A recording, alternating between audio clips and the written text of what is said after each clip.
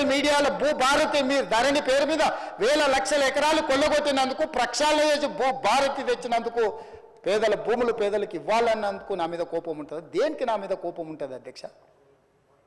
Paid ఆర్టిస్టులను తెచ్చి party ఆఫీసులో పెట్టి వాటిని రికార్డ్ చేసి సోషల్ మీడియాలో పెడితే, వాళ్ళ మీద పోలీసులు కేసు కడితే మీకు దుఃఖం వస్తుంది. అసలు ఈ భాష ఆ సోషల్ మీడియాలో పెట్టినట్టు ఒకసారి చూడండి అధ్యక్ష. 2014-15లో కొత్తగా ఎమ్మెల్యేలు ప్రమాణ స్వీకారం చేసినప్పుడు TV9లో ABNలో ఏదో వెటకారంగా ఒక చిన్న సన్నివేశాన్ని వేస్తే వాటిని సంవత్సరం పైన ఈ రాష్ట్రంలో బ్యాన్ చేసిండు అధ్యక్ష.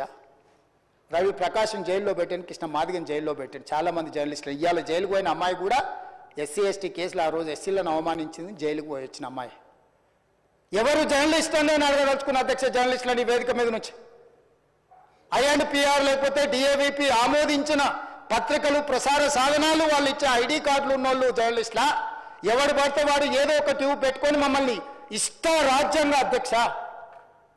ప్రజా జీవితంలో ఉన్నాం కాబట్టి నిజంగా ఓపిక పడుతున్నాం అధ్యక్ష. రక్తం మరుగుతుంది. ఏంది భాష అది అధ్యక్ష? కుటుంబ సభ్యులను అంతేసి మాటలు అంటుంటే అసలు మీరు మనుషులా అని నేను వాళ్ళని అడగదలుచుకున్నా అధ్యక్ష. మీకు భార్య బిడ్డలు లేరా? తల్లిదండ్రులు లేరా? మీ అమ్మనో, నీ చెల్లినో, నీ భార్యనో ఈ రకంగా మాట్లాడితే నువ్వు ఇంతవా అని నేను అడుగుతున్నా. ట్విట్టర్లో పెట్టినోని, అరెస్టును ఖండించినోని.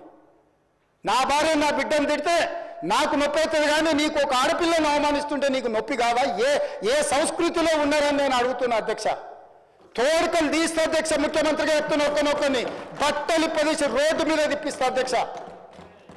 రాజకీయాల ప్రజా జీవితంలో ఉన్నది మేము. విమర్శించండి, విశ్లేషించండి, మా గురించి మాట్లాడండి. ఆడబిడ్డల గురించి, ఇంట్లో ఉన్న ఆడోళ్ళ గురించి మాట్లాడే సంస్కృతి ఎక్కడి నుంచి వచ్చింది అధ్యక్ష? తెలంగాణ సమాజం ఇదేనా?